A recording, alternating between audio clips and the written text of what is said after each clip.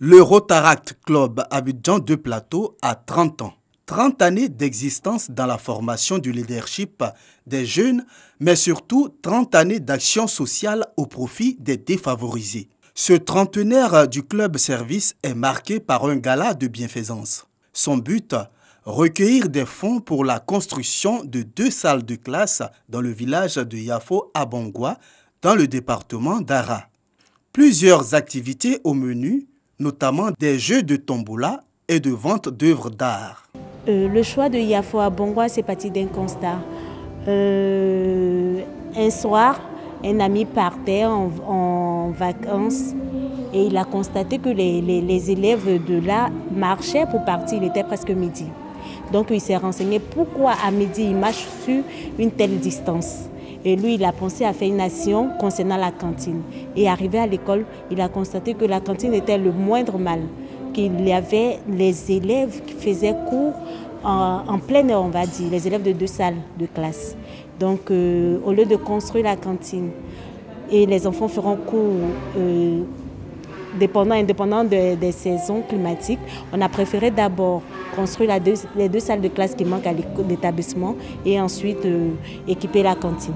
Une bouffée d'oxygène pour les autorités de cette localité, d'autant plus que la construction de cette école vient combler le manque d'infrastructures scolaires dont souffre le village. Je soutiens ce projet parce que vous savez que l'éducation est la base de toutes les nations et il faut soutenir l'éducation là où il faut pour que nos enfants, nos petits-enfants, nos petits frères puissent avoir aussi la connaissance comme nous et puissent un jour pouvoir soutenir d'autres enfants qui naîtront pour une nation prospère.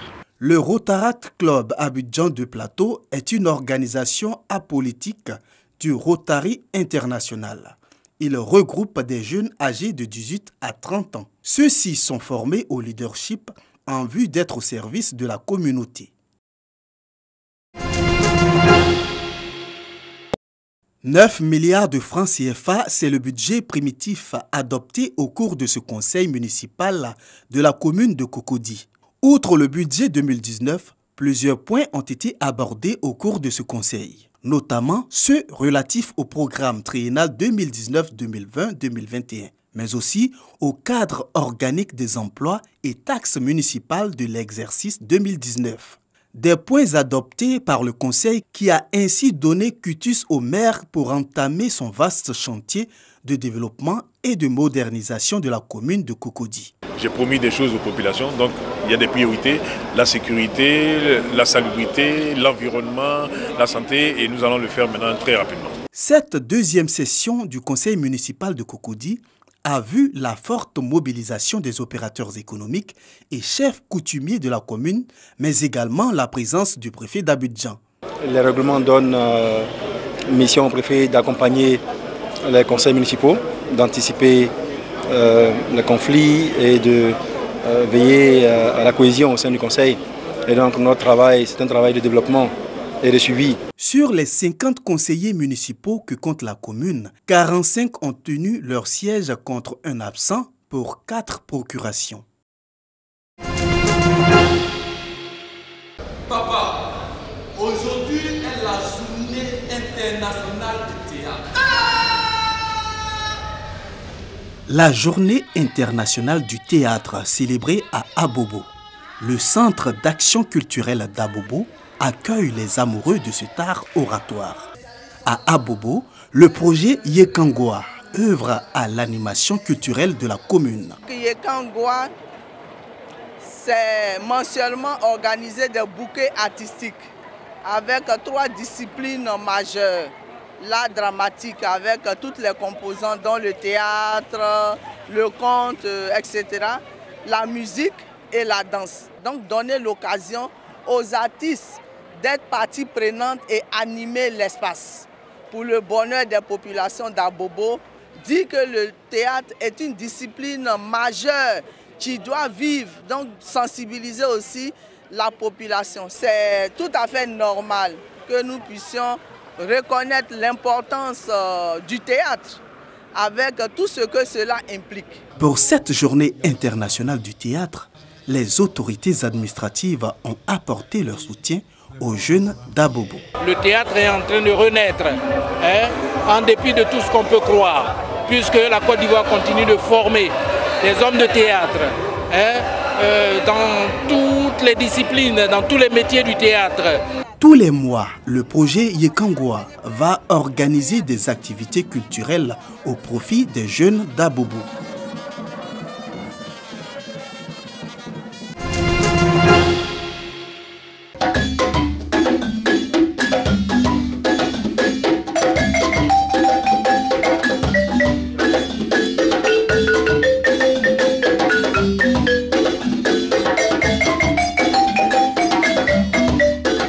Premier gaou de Magic System interprété avec du balafon et de la percussion. C'est avec cette originalité que le groupe Africama fait son entrée à la salle des spectacles de l'Institut Goethe. On n'a pas choisi de jouer au balafon, c'est venu à nous. Le balafon nous a épousés, nous sommes des filles adoptives du balafon. Nous avons décidé de jouer cet instrument, le valoriser parce que ça fait partie de la culture ivoirienne aussi. C'est la sonorité, la douceur. Le balafon, il nous parle. Vraiment, parce que parfois quand tu es en train de le jouer, tu es hors de toi, mais tu ne sais pas ce que tu fais, mais ça vient seul quoi. Ça vient seul et puis bon, c'est inspirant en fait. Africama compte défendre le leadership et l'autonomisation de la femme à travers la gestion et la maîtrise des instruments que sont le balafon et la percussion.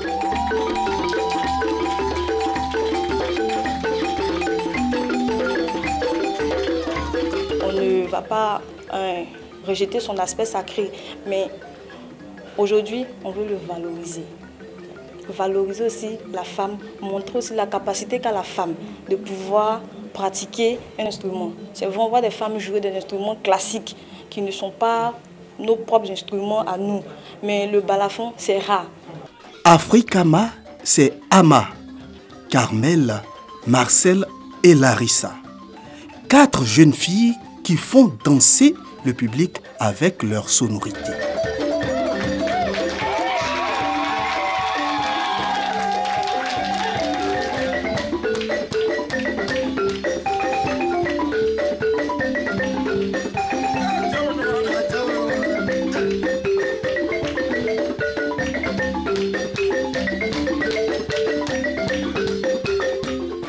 Comment jugez-vous leur prestation de ce soir? Vraiment, j'ai aimé.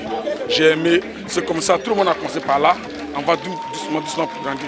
Grandir et parcourir le monde avec le balafon. C'est ça l'ambition de Africama. Le balafon, ou déformation de l'expression Bala Afo, traduisé en langue bambara, parle Bala le griot, est un instrument de percussion idiophone mélodique originaire du Mali.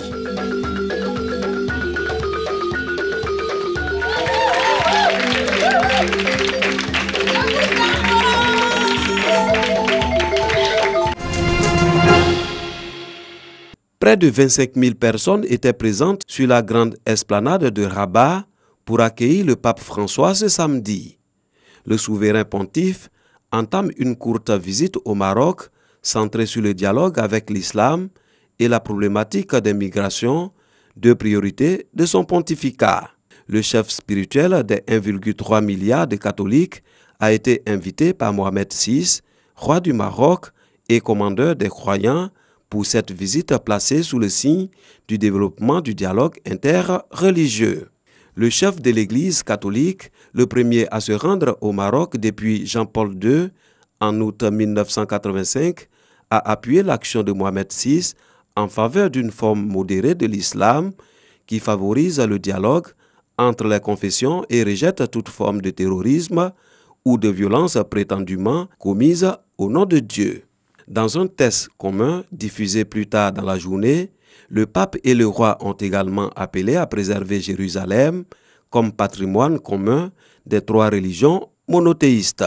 Après un tête-à-tête avec Mohamed VI au Palais Royal, le pape se rendra à l'Institut de formation des imams qui accueille des Marocains et des étrangers d'une dizaine de pays, dont la France. Ils sont 1300 étudiants hommes et femmes à suivre des cursus dans cet établissement, fer de lance de l'islam modéré, prôné par le roi. Dimanche, le pape terminera sa visite par la plus grande messe catholique jamais célébrée au Maroc, avec quelques 10 000 personnes attendues dans un complexe sportif.